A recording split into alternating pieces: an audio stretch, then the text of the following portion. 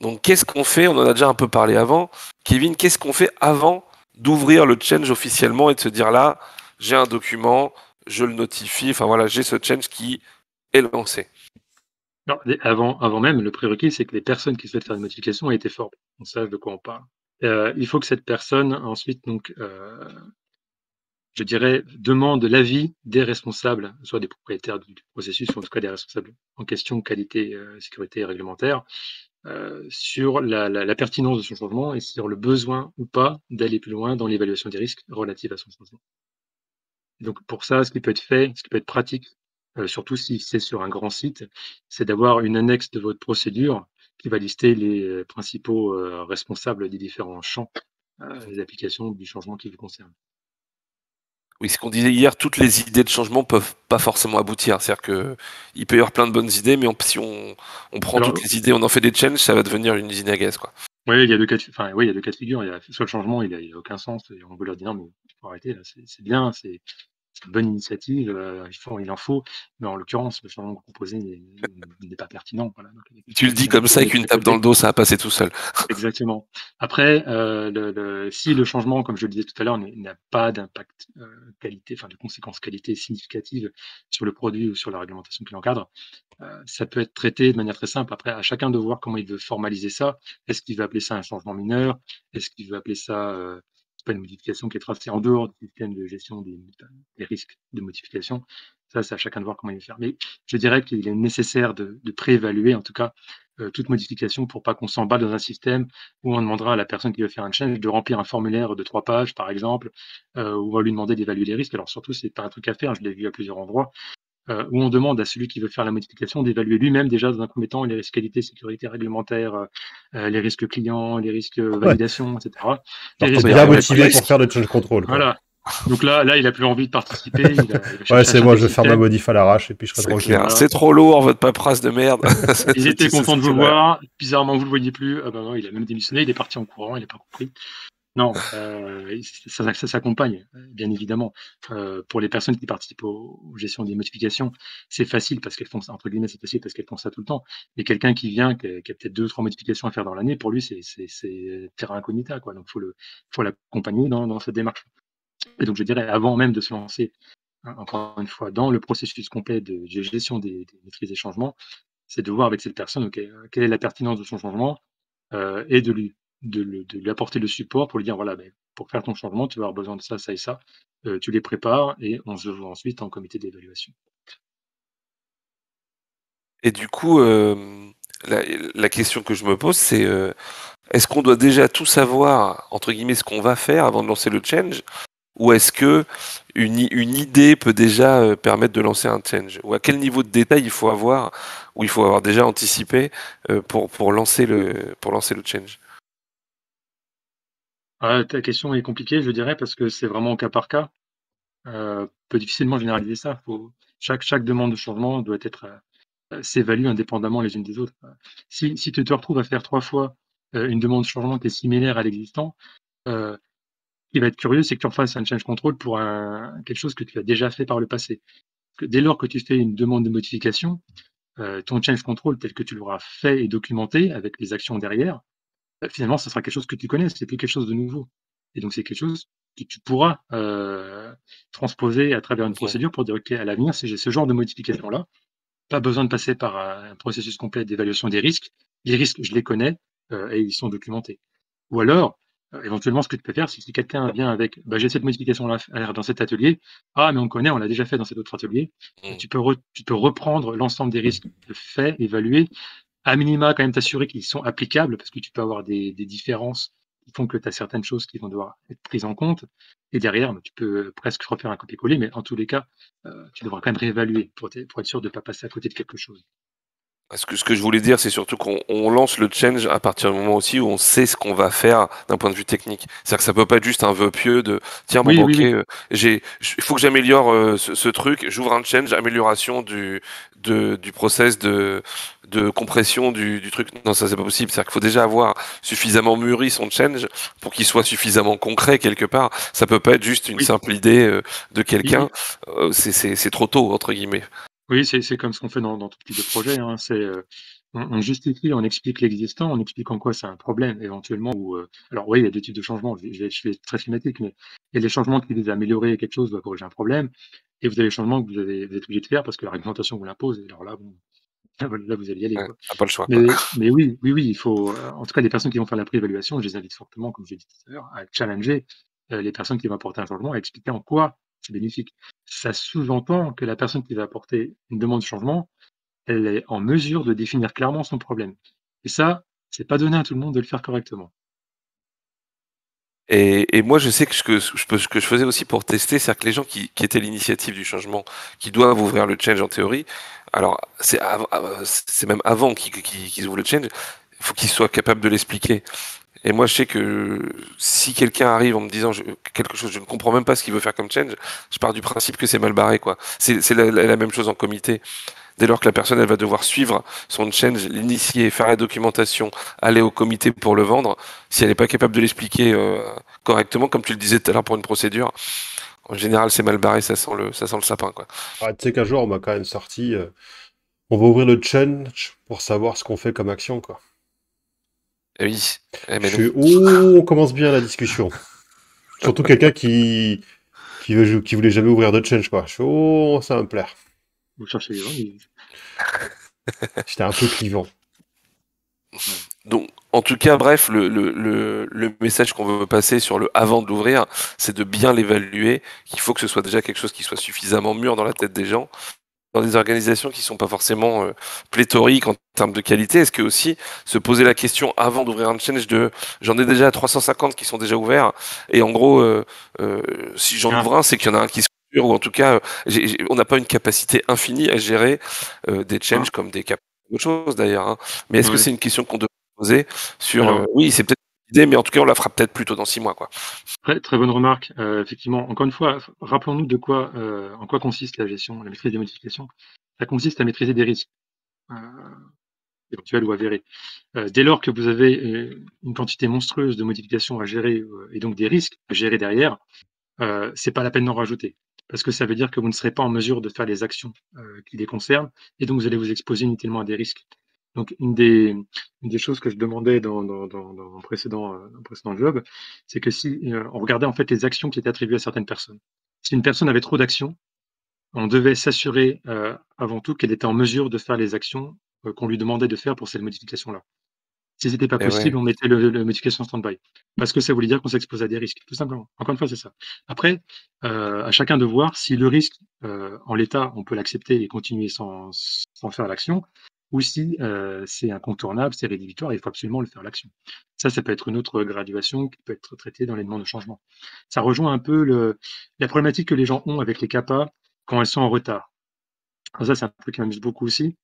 Ah mon Dieu, ma capa est en retard de 3 jours, mon indicateur n'est pas bon. Que vais-je faire? Une chose sur laquelle j'insiste, alors déjà les actions, c'est pas le sujet, mais les actions doivent être mesurées, pondérées et pertinentes. Ça ne doit pas être de la poudre aux yeux, ça c'est une chose. Mais surtout, OK, vous n'avez pas réussi à faire votre action dans les temps. Ben, la question à vous poser, c'est est-ce que je suis exposé à un risque? À ne pas l'avoir fait tout de ouais, suite. Sinon, comment je maîtrise partiellement mon risque?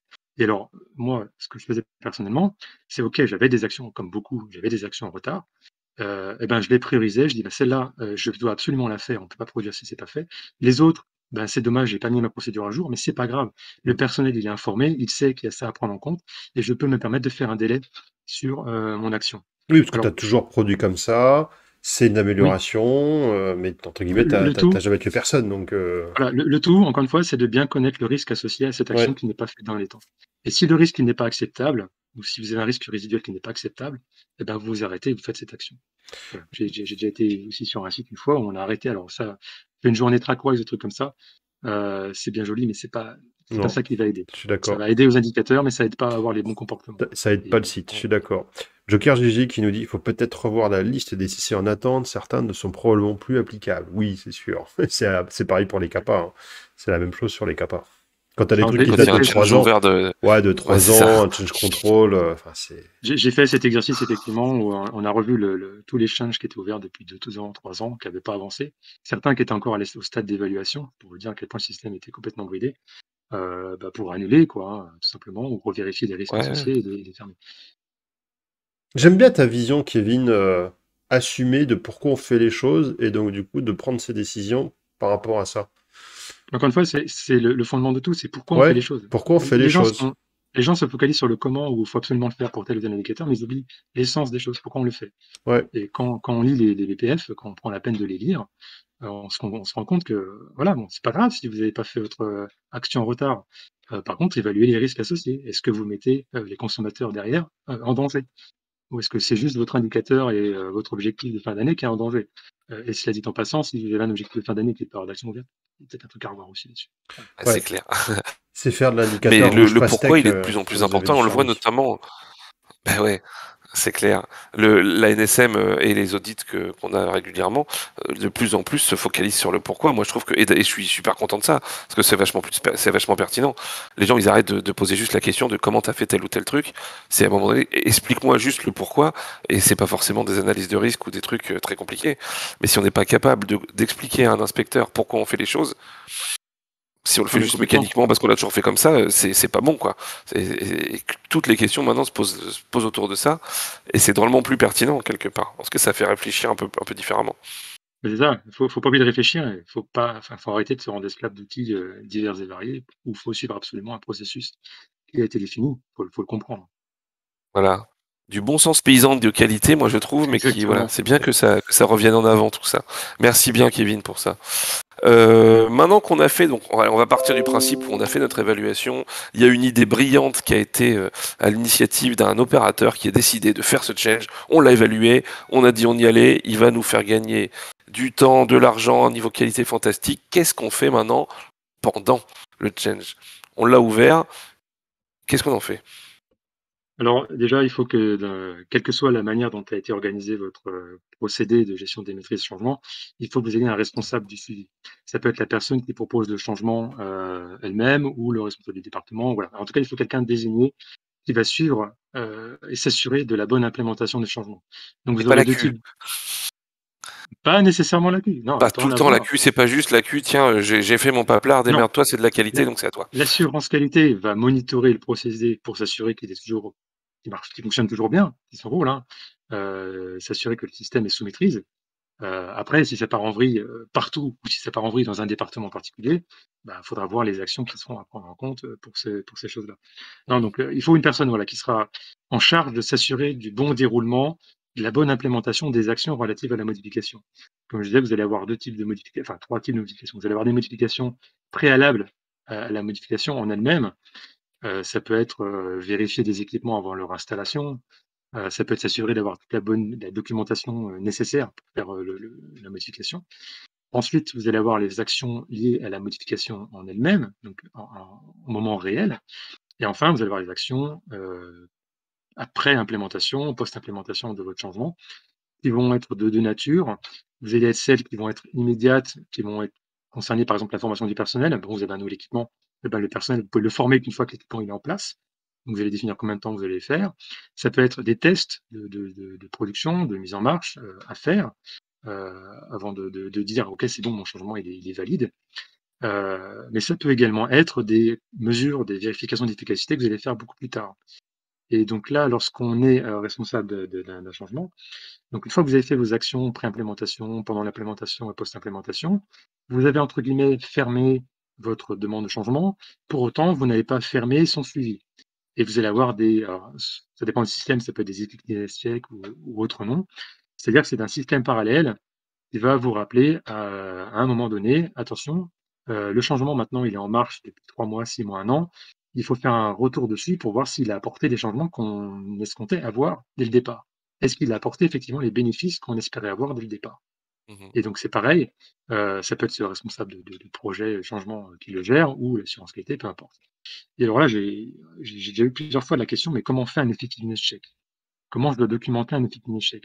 Mhm. Heu, un EC, je vais l'abrécher, un EC, une vérification d'efficacité, c'est rien d'autre qu'une action, qu'on fait plus tard pour faire le point sur ce qui a été fait.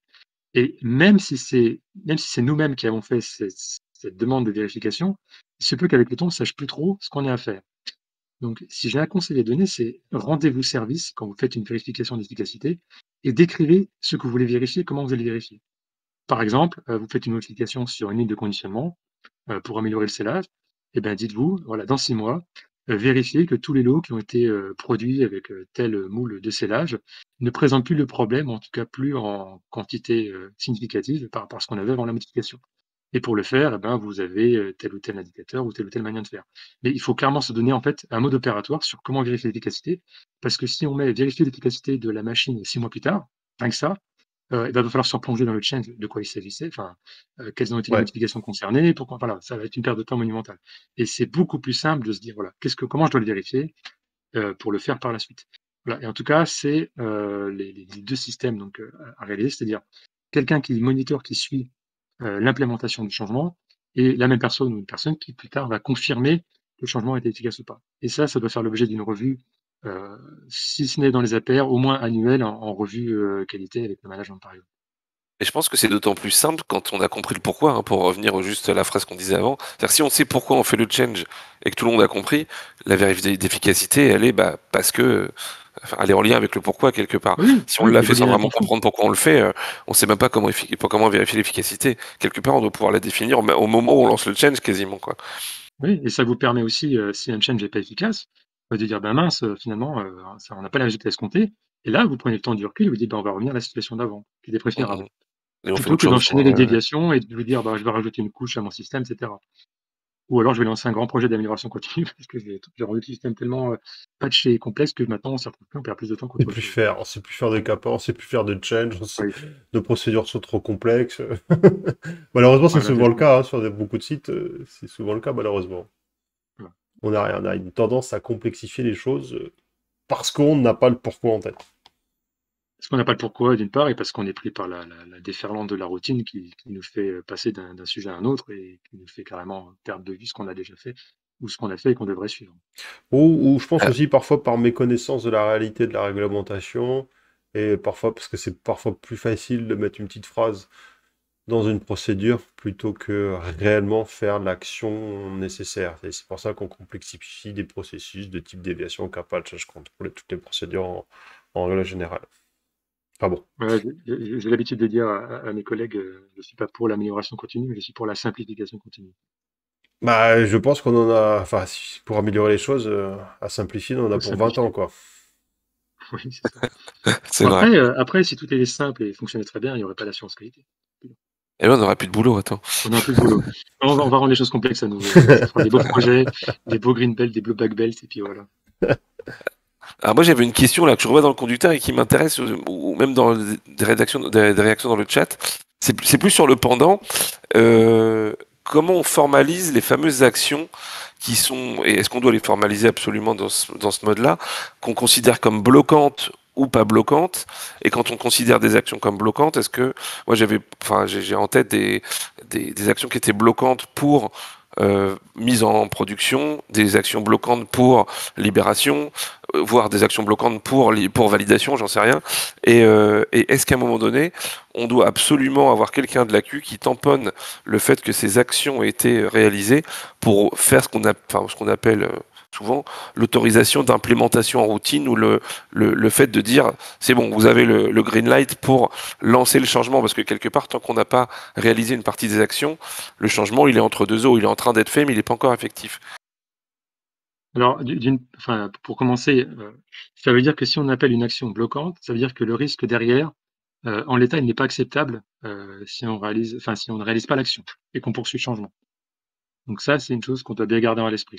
Après, derrière, je dirais, c'est à chacun de voir, selon l'organisation qu'il a et selon les responsabilités qu'il souhaite donner, qui sera responsable, entre guillemets, de la libération, d'une ligne, par exemple, après que les actions aient bien été réalisées. Moi, j'ai pas forcément, l'obligation de demander à quelqu'un d'assurance qualité de libérer, un équipement, par exemple, si derrière quelqu'un a bien eu, la responsabilité de devoir confirmer, s'assurer que la ligne, et que les actions bloquantes ont bien été réalisées pour pouvoir lancer la suite. Mhm. Voilà, c'est une question de responsabilité. Il faut aussi avoir un homme de confiance, mais si derrière, effectivement, on demande toujours à l'assurance qualité de faire les choses, c'est qu'il y a quand même un problème de confiance et un problème de responsabilisation des personnes, au sein de l'entreprise. Ce qui n'est pas forcément une bonne chose, parce que ça veut dire que des gens en production, par exemple, vont prendre des risques pour leur propre service. Ah bah oui, carrément. Et effectivement, ouais. Non, après, effectivement, donc ça dépend du degré de maturité, de complexité aussi et de De l'organisation qu'on maturité, de a. responsabilisation de chacun, et voilà, effectivement, et de la manière dont, parce que bon, c'est aussi le pharmacien essentiel derrière, qui va se dire: «OK, est-ce que j'ai suffisamment confiance dans le personnel pour, aller là-dessus ou pas?» Voilà, effectivement, il faut de la maturité donc oui, Ouais, c'est vrai. Et c'est vrai que moi, je sais que pour avoir quand même libéré quelques lots, je trouvais que le processus change control, c'était le plus compliqué d'un point de vue entre guillemets, je sais pas si c'est technique, mais en tout cas, d'avoir en tête les changements qu'il y a Mmh. sur le produit que je vais libérer. Parce qu'en fait, les change control, ils impactent pas un lot, ils impactent un process, ils impactent un produit, ils impactent des trucs comme ça. Et c'est vrai que on en parlait quand on a fait le live sur la libération des lots, on se doit d'être au courant des change control qui impactent les produits qu'on libère, ce qui est logique. Mais il n'y a pas de connexion directe entre le lot 12-22 qu'on va libérer après-demain et le change qui a peut-être 3-4 semaines qu'on a fait sur le process en tant que tel. Et ça, que c'est pas forcément facile d'arriver à faire ces évaluations. Enfin, moi, je sais que c'était ce qui me faisait le plus flipper, hein, clairement. Ouais. Bah, De, bah, de, là, de- typiquement pour ce genre de modifications, effectivement, qui vont concerner des productions complètes, heu, il faut s'encadrer des personnes qui ont été en charge de la validation des procédés, si elles sont encore présentes, et à minima des personnes qui maîtrisent, comment dire? Le Je sais pas, soit des stats ou autres, mais qui vous permettent de dire: «OK, est-ce que, j'ai un impact, comparable, en termes de production par rapport à ce que j'avais avant? Est-ce que je dois reconsidérer certaines choses?» En mettant de côté l'aspect réglementaire, bien sûr, hein, ce que ça touche l'enregistrement, ça, c'est une chose, mais les conséquences effectivement que peuvent avoir une modification, et ben, ça doit faire partie de l'évaluation des risques. Comment je vais vérifier, les conséquences liées à ma modification, sur ma performance de routine, par exemple? Hmm. Et c'est là où c'est tout l'intérêt pour chacun est d'avoir déjà des indicateurs en place, de performance ou de fonctionnement, et de s'y tenir, pas de l'adapter parce qu'on a changé le truc, mais de s'y tenir pour être en mesure de comparer avant-après. Eh oui. Même s'il est mal défini, on s'y tient. Ou alors on en fait un nouveau, mais on reprend en compte tous les anciens lots pour, le mettre à niveau, quoi. Il y a François Caboulet qui nous fait Ah une oui. réflexion philosophique que je voudrais qu'on partage quand même parce qu'elle est intéressante. On parlait de simplification tout à l'heure. Et en gros, il dit que c'est pas l'industrie qui veut pas simplifier, c'est les gens de l'ombre qui ajoutent des règles sur les règles sur les règles. Et mais est-ce que quelque part, si on prend l'annexe 20 pour le stérile ou des choses comme ça, c'est vrai que c'est de plus en plus de contraintes, de plus en plus de réglementations. Et voilà, le risque, c'est de tomber dans quelque chose de tellement lourd et tellement complexe qu'on s'y perd complètement. Mais est-ce que du coup, ça nous force pas à être obligé de simplifier quelque part ou à mettre du bon sens, comme on disait tout à l'heure, et de se dire, ok, l'annexe 20, elle peut complexifier tout le truc, mais si on essaye de la simplifier, de prendre juste la substantifique moelle, c'est aussi notre rôle d'essayer de la rendre lisible, entre guillemets, et de faire en sorte que toutes ces réglementations soient utilisables dans la vie de tous les jours. Sinon, on perd le sens du truc, quoi. Ah mais clairement, il faut bien réfléchir à ce que ça veut dire, pourquoi elle est ainsi, quelles sont les conséquences et comment on peut gérer au mieux ces conséquences dans le quotidien. Il me dit non, c'est pas de la philo. Non, mais c'est une expression, François. C'est pour dire, c'est vrai que enfin, en tout cas, on se doit de se battre contre ça, contre le fait euh, notamment dans des gros groupes où j'ai une nouvelle règle, je vais te mettre la même règle que je vais décliner dans un guideline group que je vais multiplier par 12 en termes de complexité, et maintenant vous allez tous devoir manger ça, et on en arrive à des usines à gaz on doit se battre contre ça tous les jours, à essayer de simplifier en permanence, même si on a de plus en plus de règles à respecter. C'est même l'enjeu. D'ailleurs, c'est même le truc le plus sympa à faire, je trouve. C'est, c'est, c'est drôle, je trouve. Enfin, c'est un peu faire rentrer des carrés dans des ronds des fois, mais c'est un peu le jeu qui est sympa, quoi. Ouais, Merci challenger des Amira. directives groupe, c'est pas simple, mais il faut le faire, hein. Ouais, Merci. carrément. Merci Amira pour ton follow. Ça fait plaisir. Eh ben, bienvenue à toi, Amira Zinette. Eh ben, très bien. Est-ce qu'on n'aurait pas fait à peu près le tour de notre question du change control? Je regarde, mais Oui, dans parce qu'on a parlé notre d'effectiveness tout à l'heure. Ben ouais, on a fait le avant, on a fait le pendant, on a parlé d'actions bloquantes. Bon, on parle pas du comité de change control, évidemment, vous savez ce que c'est qu'un comité, hein. On met les bonnes personnes au même endroit dans une même salle, voilà. Ouais, puis en fait, ce qu'on Ah s'est dit oui, aussi, ce qu'on s'est dit un petit peu hier sur le comité de change control, c'est quand même des procédures qui sont généralement très groupes, très. Donc, ce qu'on va faire, comment est-ce que le change control, le comité de change control va être fait, c'est à chaque site de s'adapter par rapport aux policies du groupe aussi en règle générale. Ouais, il faut savoir lire entre les lignes aussi, hein. Certains interprètent, les directives groupes ou même de la réglementation comme il y a absolument telle ou telle chose à mettre en place. Non, non, ça donne normalement une certaine latitude pour, faire l'essentiel et être en mesure d'adapter chaque s'adapter chacun par rapport aux besoins du site propre auquel vous êtes. Si les directives sont bien faites. Si les directives Exact. sont bien Les vôtres. faites. Les vôtres, je ne les connais pas.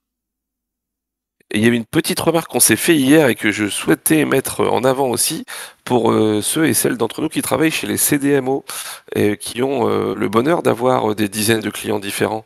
Faites bien attention quand même quand il y a un change qui peut toucher à beaucoup de procédés ou des choses un peu compliquées, de regarder ce que vous y a dans les cahiers des charges avec les clients et d'être sûr qu'on ne doit pas prévenir ces dizaines de clients, ou si on doit le faire correctement. Et c'est vrai que ça peut être pour le coup quelque chose d'assez compliqué d'avoir le retour. Il y a des change control où on doit avoir l'aval des clients avant de déclencher le change control. Faut prévoir son coup, je dirais, quoi. Je Ouais, dis, c'est pas forcément simple, mais faut anticiper le truc. J'ai eu un cas comme ça où notre fournisseur d'une matière, enfin une matière importante comme un excipient, on avait un contrat qualité où on lui demandait de nous notifier les éventuelles modifications qu'il pouvait faire à son processus de fabrication qui pouvaient nous concerner. Or, il ne l'a pas fait. Et on s'est retrouvé un coup avec un produit qui répondait parfaitement aux spécifications du produit. Hein, mais les specs, ça ne reflète pas tout sur un produit. Hein. Vous avez des propriétés physiques, chimiques qui ne sont pas forcément en termes de fluidité, du coulabilité du produit, enfin de la poudre, etc. Et on s'est retrouvé avec un produit, une poudre, un excipient qui n'était absolument plus. On ne pouvait plus travailler avec. On n'arrivait plus à faire nos comprimés, on n'arrivait plus à rien. Pourtant, les specs étaient bonnes. Le fournisseur avait changé la manière de sécher sa poudre. Donc, il était passé d'un système de séchage sur flux d'air à un système de rouleau en fait chauffant et qui écrasait et brûlait la poudre. Ce qui fait que les propriétés de la poudre avaient complètement changé et on ne pouvait plus du tout produire. Et si on avait su ça avant, on aurait au moins fait quelques tests pour voir si c'était toujours passable. Mais à côté, au lieu de ça, du coup, on a foré complètement à l'eau. On a passé du temps à trouver d'où venait le problème, parce que ça, c'est pas forcément évident de voir que la matière, elle a un comportement différent. Et voilà, enfin, ça fait partie des choses, effectivement, il faut être méfiant. C'est pas parce que la spec est toujours la même et que même qu'il y a une modification derrière qu'il n'y a pas de conséquences possibles. Exact. Ouais, enfin, moi, Et maîtrise.